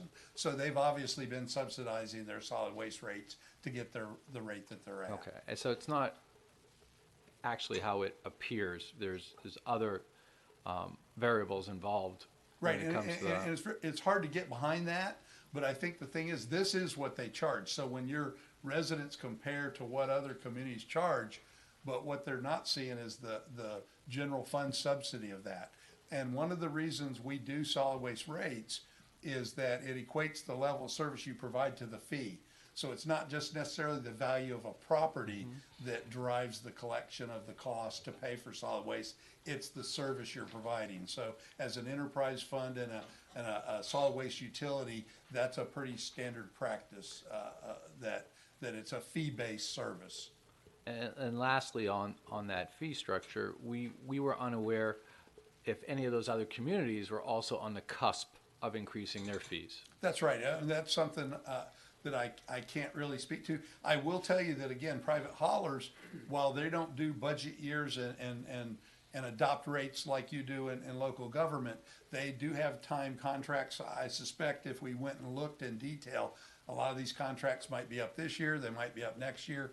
And what we're seeing around the state, particularly because of the cost of vehicles, I mean, the fact that your cost of vehicles is going up 8% a year, so are everybody else's vehicle costs. So when these private haulers come back and bid on the service, the next time it presents itself as an opportunity, those communities will see much higher rates. And like I said, just recently, over 2 years, one community I'm working with, we're actually helping negotiate those private hauler rates, and they're going up close to 60% over a 2-year period. Thank you. All right. Attorney Seraphin? Yeah, I just wanted to try to clarify a couple of things that I know everyone on the dais understands, but people in the audience or at home may not understand. First of all, we use the term enterprise fund. Could you just explain in layman's terms what that means? Okay, so in governmental accounting, we use enterprise funds as a way to account for and collect revenues to pay for services that we provide that are not related to general government. So there's a service being provided, water service, wastewater, solid waste. Those are services that are typically treated as enterprise funds. And under governmental accounting rules, the fees should be set to pay for the cost of services. It's as if you're operating a business, if Right. you will. In other Except words- there's no profit. In other words, it's supposed to be self-supporting. Yes, sir. Okay, and there was talk about the portion of the operating expenses that goes back to the village general fund. This, as you say, separate business. It needs accounting services. It needs human resource services. It needs there's Billing. Billing services, insurance management, and what have you. And it receives all of that from the village administration, correct? Yes, sir. And it needs to pay for that. Yes, sir. So I have a client that I've worked with over the years, City of New Smyrna. They have a utilities commission that provides utility services. That commission stands alone. So it has its own HR department, its own management. But a lot of other systems throughout the state, that isn't the case. They don't stand alone. So basically you're sharing, the solid waste is sharing in the benefits that the general fund provides, that if you didn't have that, you would be paying for those services directly. And our accounting department and overseen by the auditors, et cetera, they apportion among the various people who benefit from these services being provided by the general fund a percentage that each of them contribute. So let me say this, the overall cost is about 12% of revenues. Based on my experience, that's very reasonable. Plus, I will tell you this, that in trying to maintain the rates as low as possible and get to that 3% annual increase, we did not factor in any increases in that contribution over the 10-year period. So we've been very moderate in not trying to, technically, those costs are rising as well, but the general fund's gonna absorb some of that increase. All right, I appreciate it, thank you. Any other comments from the council? Just one. You stated that the present system has $2 million in cash reserves, is that correct? Yes, sir. Now, we call the operating reserve about $1 million of that, and then there's another set of numbers that are invested. They're not restricted, they're internally restricted to, if a vehicle were to, the reason you want those reserves is if a vehicle were to need replacement that we hadn't planned on, you've got the money to do it. If there's a bad storm and we've got to wait on FEMA, you've got some funds to help clean the community up while you're waiting on FEMA reimbursement. So yes, sir. And those funds were generated from the revenues over the past 10 years from the department? I would suspect based, again, I wasn't here, but I bet going back in 2008, we were in a surplus and we built reserves up. And that's why, one reason why the rates sustained themselves so long, but with inflation over that period of time, it's kind of, the opportunity to do that is running out quickly. Thank you. Is it your opinion or your opinion based on your expertise in this area that other municipalities within Miami-Dade County, what's the general time frame for raising the rates? Is there a time frame for raising the rates? Does it generally come every other year, 2 years, 10 years, 5 years? That varies quite a bit among communities. I would say this, I would give you, as my advice to you, I would say that what we really want to do is increase rates frequently but modestly, because that matches folks' income. And it's not the best recommendation to say we need to do 15%, but then we haven't increased them since 2008. We'd ideally like to see those small 3% increases in a service each year, because that matches more with the kind of increases in income your community sees. But obviously here, we have to play a little catch up. And if we're not going to use outside, we've been using reserve funds to avoid it. And again, that's not sustainable. And according to your report and what you said today, the expenses just to collect this trash, to collect they're going to continue to go up. And Miami Shores as a community, there's not a lot of growth. We don't have a lot of growth expansion coming our way. So I guess I'm understanding that if we have no growth going forward, we don't want to be chasing the increased costs of pickup. Right. Okay. So you bear the cost of inflation. Right. And this is, you know, parts of Florida are growing rapidly. Right. And if you have capacity in your system to meet that growth, it's a good thing. But when you We don't- build out, then that annual operating inflation, in order for you to maintain the fund on a going concern enterprise basis, has to reflect those inflated costs each year. Okay, and you mentioned earlier that there weren't a lot of other municipalities that you were aware of that are picking up with the frequency that we are, which includes bulk pickup as well? Yes, ma'am, and I think if you look in the report itself, you know, we had the nice bar chart in the Yeah. presentation, but, Nick, if you look at table 7 in the report, there's a little, comparison, not only of the rates that were on that chart, but for example, in the last column, it talks about the frequency of bulk pickup. And so, example, Hialeah picks up bulk service once a month. Okay, Miami-Dade County twice a month, Lighthouse Point only twice a month. So again, you can see those differences are, this is a standard you set as a community. I don't think there's a right answer here. Yes. It's what your citizens expect of you and then what you're willing to provide them at its cost. Okay, thank you. Thank you. Any other comments or questions? Okay, do we have a motion to accept the sanitation rate study? I'd like to move that we accept the sanitation rate study. Do we have a second? Second. Any opposed? I'll be opposed, but I'd like to point out just one more comment. Sure.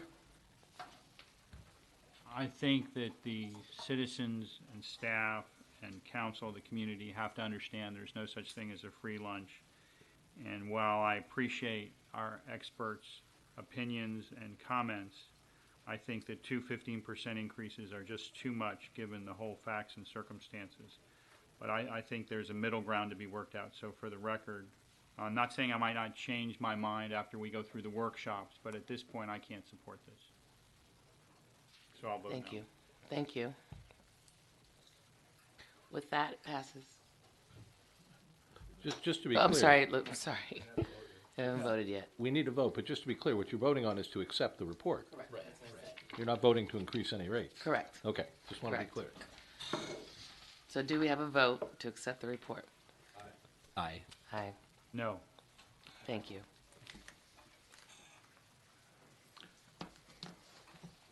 Item 8C, discussion and possible action on establishing a Miami Shores single-use plastic and paper bag reduction program. This item is sponsored by Councilman Jonathan Meltz. Councilman Meltz? Thank you, Madam Mayor. Madam Clerk, thank you. Why am I always last? Alphabetical. Some I did. Okay, thank you all for waiting. So we have been dealing with this issue for quite a while. When I say we, village staff, myself, other council members. So before it got to this point that I put it on an agenda, we've had a bunch of meetings. Tom Benton has been extremely supportive and worked very hard side by side with me. We tried to basically get a voluntary compliance with our biggest, I won't say offender, but offender, and that would be Publix. I don't hate Publix. Shopping is a pleasure. However, I always believe that it's better to get people to work together than to tell people what to do. And the same thing works in the corporate world. If you're able to get compliance and a collaborative effort, it's better than legislating or mandating or doing those things. So we've started, I mean, almost a year ago, and spent countless hours trying to get corporate Publix to not even make Miami Shores a test market, but just to institute a few things to encourage the shoppers, the residents, to basically reduce plastic. That was my simple objective. And they've really opposed us at every opportunity. So, spending a lot of time researching hours and hours other communities within Florida, within the United States, and obviously within the world. And it comes up to the following. There's going to be, you know, out of 100%, there's going to be 50% who say we should ban plastic bags. There's going to be 50% who say we should ban paper bags. there's going to be 50% who say you should put a use fee, and then there's a 50% who says that you don't do anything. So what does that equal? Like 200%, right? There's no simple way of gauging what everybody wants. But what I can tell you is this, is that I don't think there's anybody who can come before us and say single-use plastic bags are a good thing, unless you're in the companies that produce them. And that's not who we are. So I don't think that banning bags is a thing we should consider. When I say bags, let's say plastic bags. What I think we should consider, and right after our presentation from our expert on trash, is how do we get Miami Shores to reduce our footprint? How do we get us to reduce our trash, our use of single-use bags, which would be plastic and paper? So let that sink in. What I'm trying to propose is a way for us to lead and to help by reducing the use of single-use bags, paper and plastic. In other words, pushing people to reusable bags, as some of our residents had said in public comments. So the goal is bring your stinking bags. I don't know how else to say it, right? If you want to reuse your paper bag 100 times, go at it. If you want to reuse your single-use bag to make it a 100-use bag, wonderful. But what I don't want is you to keep on using single-use bags or paper, because paper is no party either, okay? The experts are split on whether paper or plastic do more damage to this world, so my solution would be to get rid of them both. So reusable, that's it. I just don't understand why it's so complex. So reusable bags. You know, show of hands, who goes to another state or another country and the first thing they do is, did you bring your bag with you, right? I mean, who goes to this foreign land down the street called Costco or Aldi? How many times have you gotten a bag there? 0. And they're doing pretty well, I think, right? A lot of people, you go in there on a Saturday and it's overwhelming how many people are shopping in there and they don't give bags. So Publix can survive. We as humans can survive without single-use bags. So I don't mean to get all worked up and stir everybody about it, because I'm probably preaching to mostly the choir on it.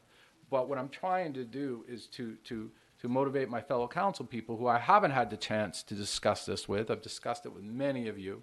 I've heard from many of you. So the thought is this, is how to change the behavior, how to remind people to bring your own bags. Banning, I don't think works. So what I'm proposing is a fee. Now, if you look throughout the country, the fees range anywhere from 5 cents to 7 cents to 10 cents to 12 cents. Some are 15 cents. If the council would have it, I'd put it at $5 a bag. That's how serious I am on this to change behavior. But I think you could get people's attention at 25 cents a bag. Why? Well, you know, I just talking to somebody just the other day who happened to live in Massachusetts, and he has the same last name as me, and he happened to be in my family. He's my father. And you know, when I was talking to him about this, there's no sunshine law, right? I can talk to my dad about this. So he's like, wow, you want the people to charge for a bag? And I said, yeah. And I said, you know, I'm thinking 25 cents. He goes, my gosh, 25 cents. He goes, well, I may even bring my own bag at that point. And that, to me, that makes a difference, because he's lazy. You know, he lets them put one thing in a bag, and he'll walk out of it with 8 bags, and it's distressing. So if that will change my dad's behavior, I think it'll change a lot of more reasonable people around here if they're going to be charged $1 to be able to get the single-use bags. So 25 cents, if you want to raise it, I'm all for it, but I thought that would be more reasonable. Some of the parameters we'll have to rely upon our legal counsel for, but for instance, people on public assistance, whether it be WIC or some other, and there's other communities who have this already in place, they wouldn't be subject to any additional fees. So there's some federal or some other guidelines we can use. I don't want to burden or unduly burden anybody by this. The other part of it would be, where does the money go? And I thought it would be most appropriate for it to go to some environmental fund that we can give back to our community, which is being tortured by the impact of this plague.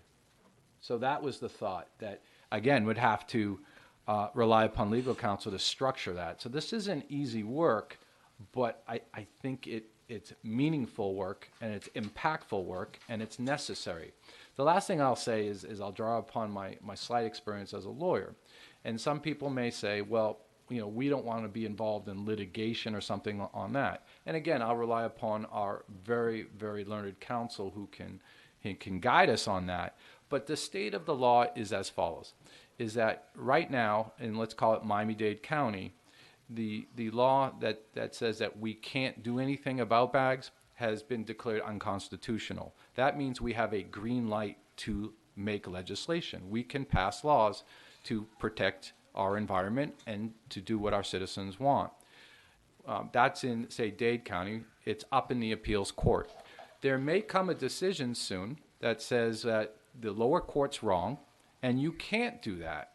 And then my reaction would be, we'll act accordingly. We will follow the law. But you can sit back on your butt and do nothing and just let this problem continue and continue. And we've sat back trying to get voluntary compliance for almost a year, and where are we?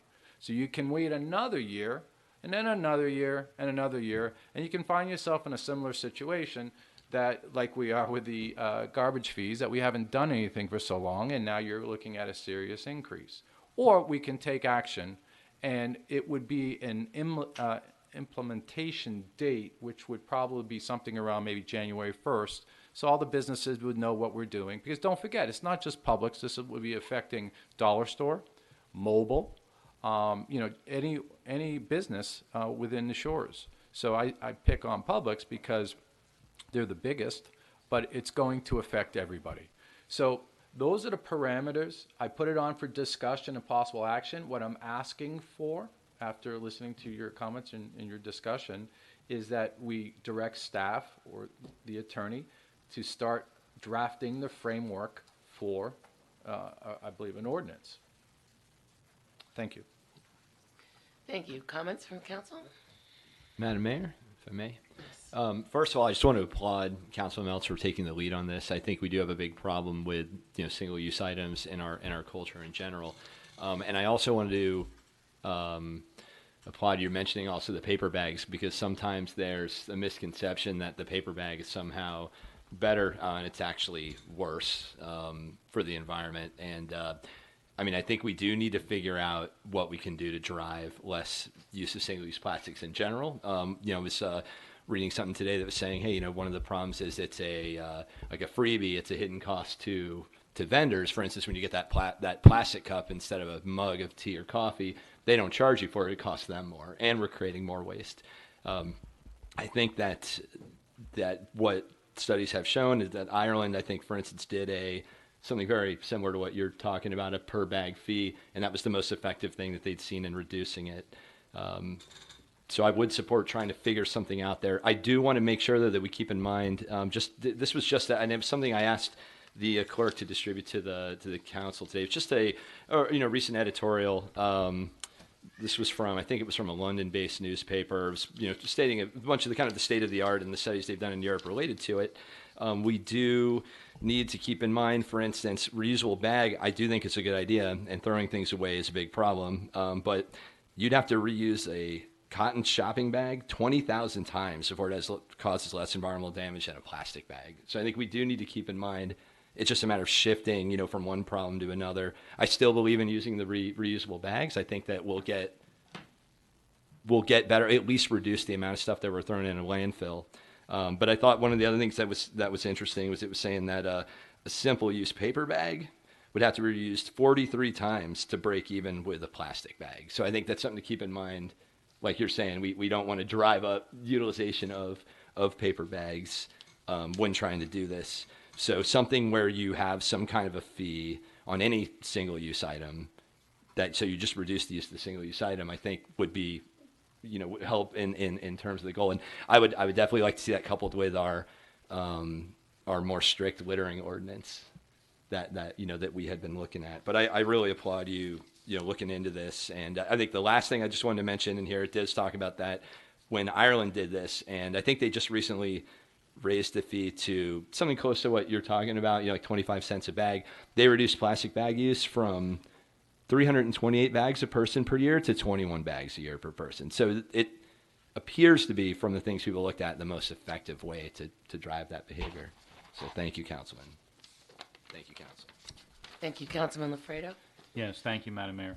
I just want to commend Councilman Meltz for taking the initiative on this. I was at the first session for this back in May, and I was just blown away. One of the things that got me, I used to play softball for years at Morningside Park, and somebody presented, and the field was right down by the bay, and we'd go down to the bay, you know, between the games because we had tournaments and all that. This is back in the late 90s. And it was it's a little seaweed, but it was a beautiful setting. And the picture was just like Plastic Armageddon, which was taken this year. And it's just unbelievable. And then I started doing some background research on this, and I found out that the plastic use in some areas has doubled since 2011. And then my son sent me an article from the London Guardian yesterday, the day before, which I sent to Tom Benton, about the crisis in recycling, which is just a whole nother nightmare going on, which our citizens don't even know about. So I support this. If you feel that this will, and what Councilman Brady said, that this will restrict the use of plastic bags, then I would definitely support it. I commend you for doing this. I unfortunately, I couldn't make your last workshop as I was traveling. Fully supported. I try to remember to take my bags myself when I'm out and about shopping. But I do have a question. We're talking about plastic bags as paying for plastic bags as it relates when you're out conducting your retail, when you're at Family Dollar, when you're at Walgreens or Publix, or how does this then affect, or what might have been your thinking about our local businesses who might use the plastic bags to deliver food or to give food? How does that play into it? Because that's my concern. I want to make sure that, I mean, if we're just wanted to hear what your vision was on that, or if you'd considered it. So if you give me an example of like a delivery. So, for example, if I go to get pizza, or if I go get my order for dinner, and my delivery, I pick it up, it's going to be in plastic. It's going to be in a red and white plastic bag with my sandwich in it, or my pizza slice in it. And will it apply in that format? I'm just trying to get a grasp of the scope. Yeah, I think most communities do charge the same on any sort of distribution. And the reasoning for that will be that will encourage that business to fill the bags rather than giving you one thing in each bag, which happens a lot at the restaurants also. So there would still be a fee on any single-use bag. Now, what I've seen in some places is that they use a more environmentally friendly paper for carry-out or some sort of food places. Maybe we can encourage that. That'll cost the business more, but maybe they'll absorb that rather. If there's different levels of biodegradability, maybe we can put something in there to that it wouldn't charge the consumer, but. I still think it's something. I don't want to overcomplicate the ordinance either, and I think the overall good would be better served by still making that a chargeable fee on carryout or delivery. And I wish, as we always say, it becomes a huge issue with all the businesses that are going to open and serve food. But right now, it's really a minimal amount of businesses. Up and down Second Avenue that would maybe do carry out or delivery. So I just don't think it would be a huge burden on those businesses or those consumers. Okay. Okay. Do I have a motion to direct our city attorney to look into drafting an ordinance? Madam Mayor, maybe one other suggestion. I'm just wondering, and again, just for council consideration, I'm trying to think of the collection and the I'm trying to say how you would how you would administer this, how you would track it. You know, there's a lot of complexity to that. That's and good to think about. You know, well, of course, right? And I'm wondering if it might be even more appropriate. I know this is going to sound odd, but to actually have the fee be on the intake of the item, not on the distribution, so that if, you know, Publix, for instance, says I'm going to bring in X number of plastic bags, that there's a fee like associated with that. And then they can decide whether or not they want to charge the consumer or what they want to do, but so that we're not counting 1, 2, 3. You know. If I may, a couple of quick points. A lot of the, not all, but a lot of the communities that are taking the lead on regulating this via fee collection are much larger administrations. They have departments of revenue that collect these taxes. They have enforcement mechanisms, auditing mechanisms, etc. There's a tension here between what you're trying to achieve, which is incentivize the consumers to use less bags, and the practicalities. The most practical way to do it, again using Publix as the example, is starting January 1st, every time Publix orders bulk bags, we can assume they're ordering them because they ran out of the old and they're giving them away. So each bag they order is because somebody took one. And you can more easily regulate that. You can require them to report their sales. It's easier to handle on the wholesale level than on the retail level because, as you say, what are you going to do? You're going to send an undercover code enforcement officer to count, you know, who's taking how many bags. However, as you say, you leave it up to Publix. Publix may decide, for whatever reason, they don't want to charge the consumers. They'll eat it or they'll pass it along. They'll charge the consumers, but they'll hide it by raising their rates. And then you're not incentivizing the customers, the consumers, to use less. So there is that tension there, and that's going to be hard to address. You know, I see a lot of practicalities involved that will be difficult, but you know, difficult is not the same as impossible. I have another question. I have one more question. When you talk about exemptions and how we deem who is exempt, I'm assuming we'll find it in the research. You're talking about lower income. It becomes a slippery slope. Okay. Well, there's federal programs established. We wouldn't be creating anything. I understand We would just that. be using what's already A been parameter. instituted. Right. Okay. And back to my original line of questioning, when we have our events like Unity Day or our events here on Northeast 2nd, we have food trucks and they're just distributing food and there's plastics involved. Do you kind of envision it extending that far as well? Yes. Okay. Yeah. Again, I like simplifying things, right? If this moves forward and we think positive of this, as the next will be plastic reduction on city-owned property or city events. I don't want to overwhelm anybody, but I thought this would have the most impact, and this may be the most difficult. We may go forward on this first, because then other things discussed at the workshop were, you know, why are we using plastic bottles at the community center? Single-use plastic bottles. Why are we contributing to that problem? And then styrofoam. Why are we doing styrofoam? Things that other communities have done. It was just my thought, and it seemed like it was supported by the residents, that this is a problem we should try and tackle first. But that's a very valid question, but I think it's sort of maybe secondary effort. Very good. Councilman Lafredo? Yeah, I'm concerned that if we draft the ordinance, I'm just giving my piece, so that Publix can, you know, just eat this cost, I don't think we're going to see any plastic reduction at all. Sorry, just a quick comment, and I think as part of what we do, we should direct staff to research, you know, what has been done. But I mean, I think you could imagine something where you say, hey, Publix, if you don't charge people, we're going to charge you X per bag you bring in your inventory, and if you do implement a per bag charge, then we will charge you less per bag you bring in the inventory.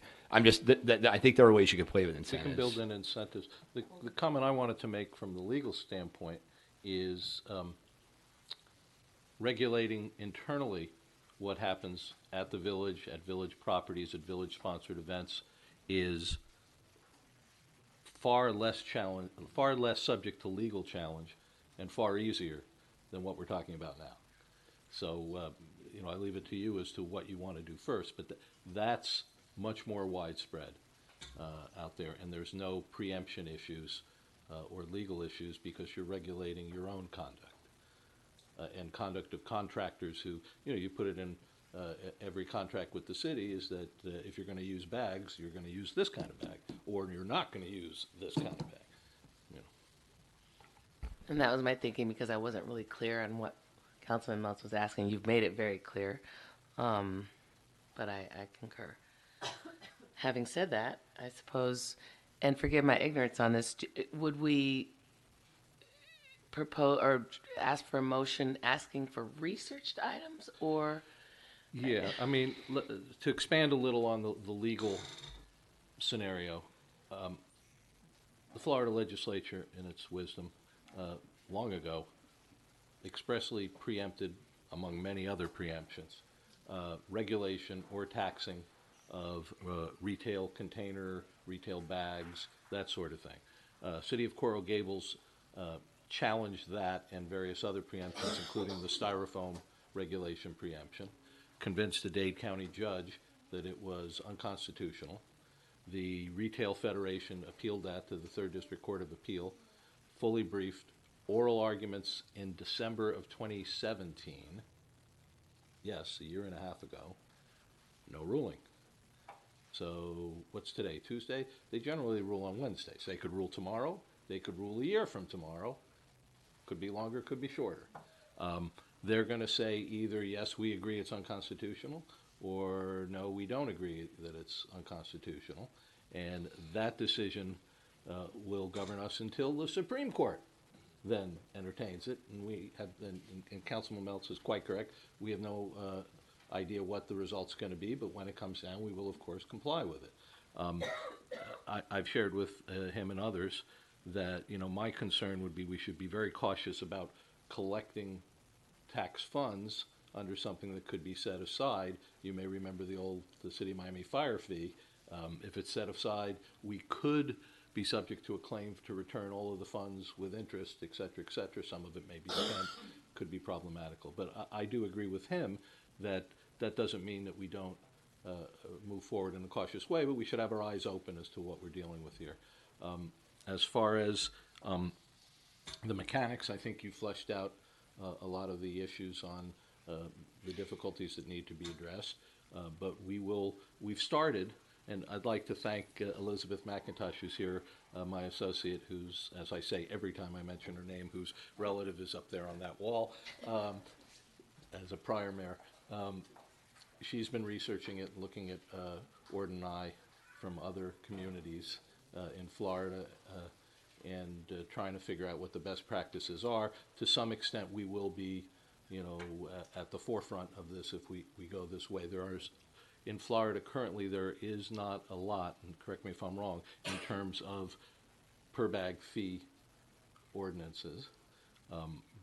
Some people ban the bags. Some people, strongly encourage that you cut down. Some people, it's more common to have ordinances saying our city and our contractors and special events we approve won't use X, Y, and Z.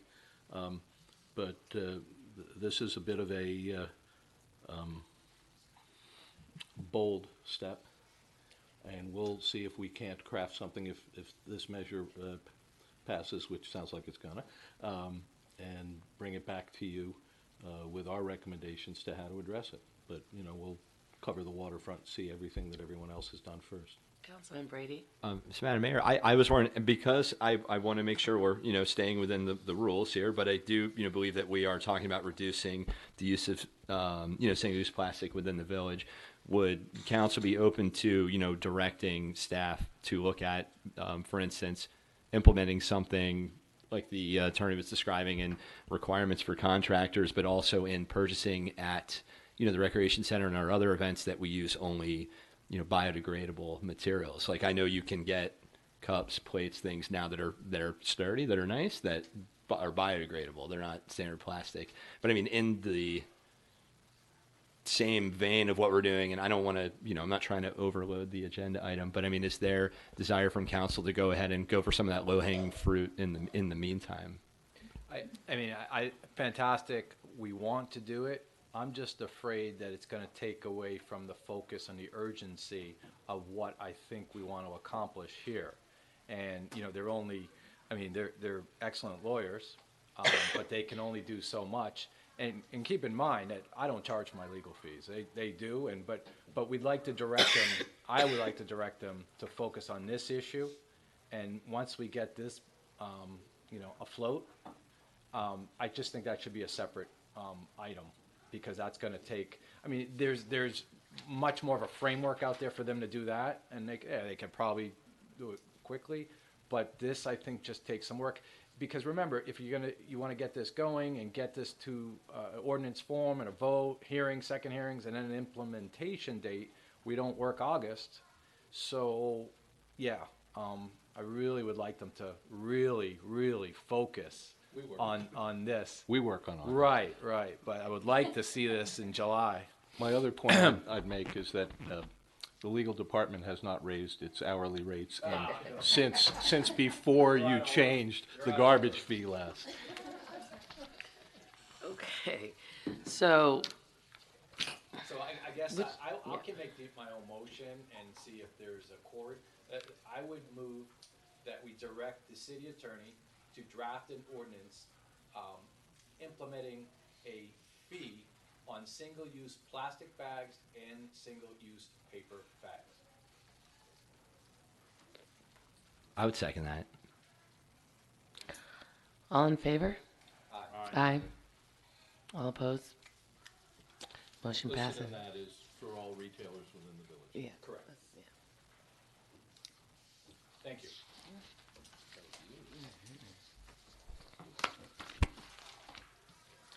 Village announcement. The next meeting of the Village Council will be held at Village Hall on Tuesday, July 2nd, 2019, beginning at 6:30 p.m.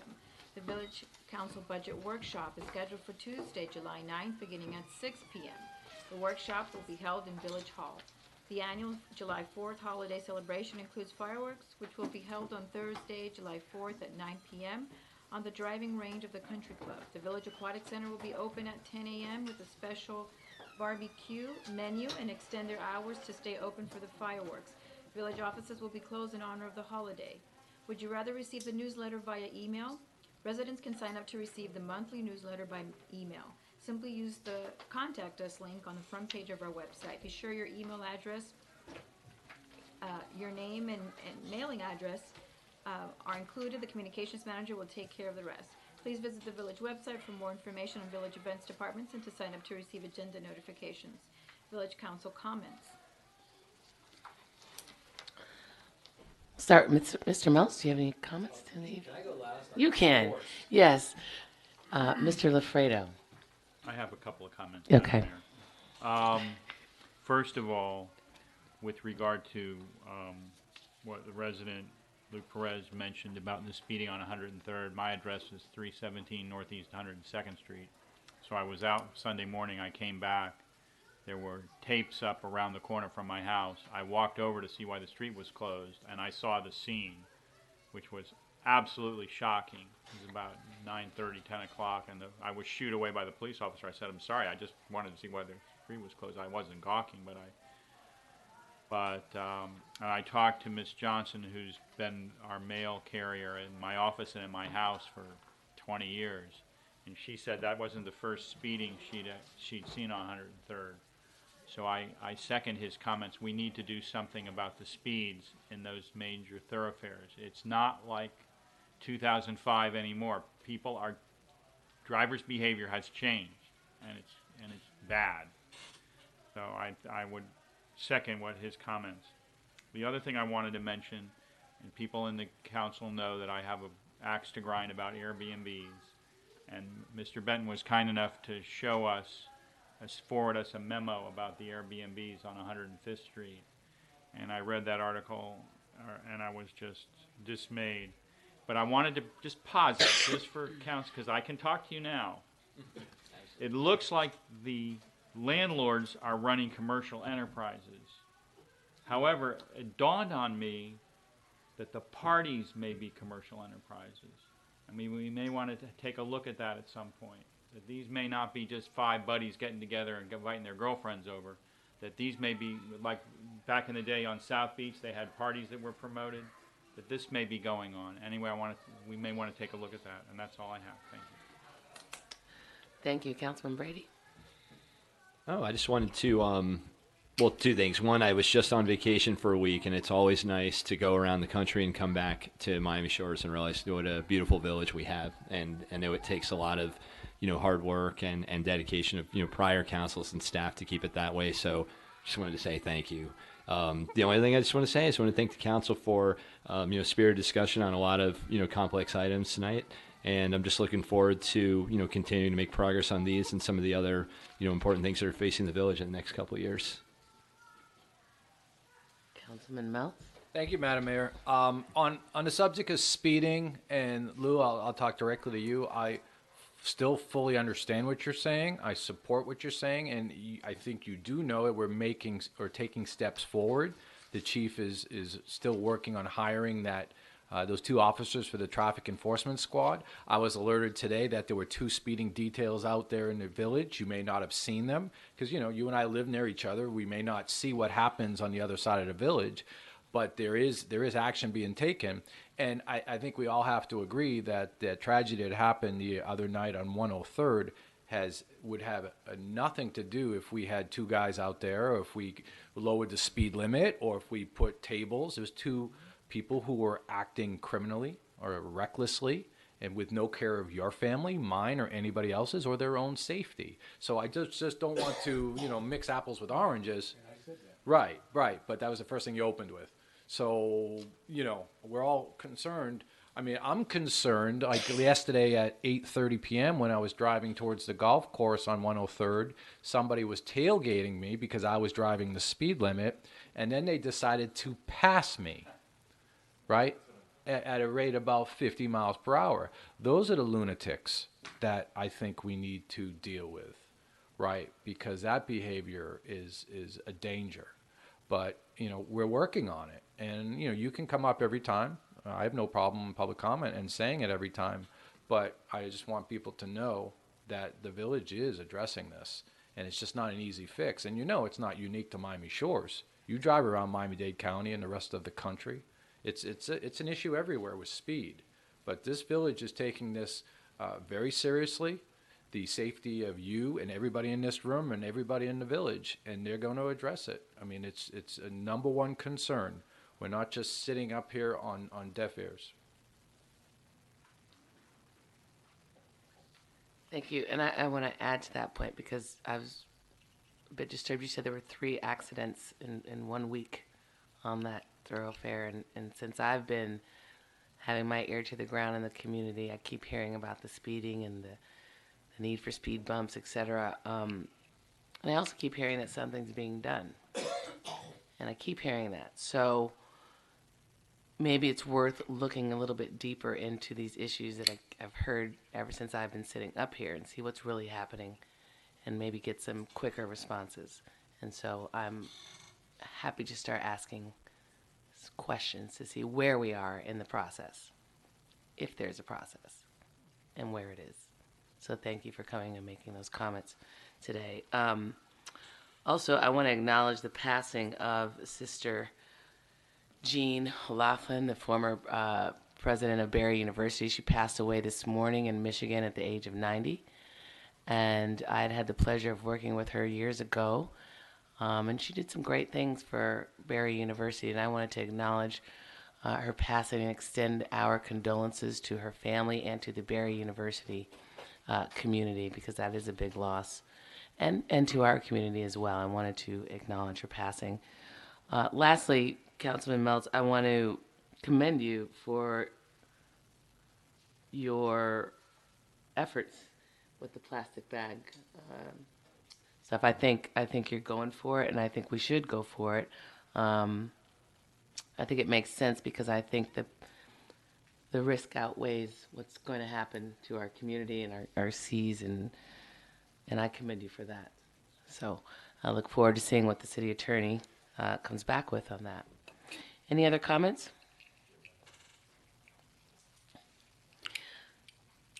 Okay, there being no further business before the council, we are therefore adjourned. Thank you for coming out. I wanted to let you all know that the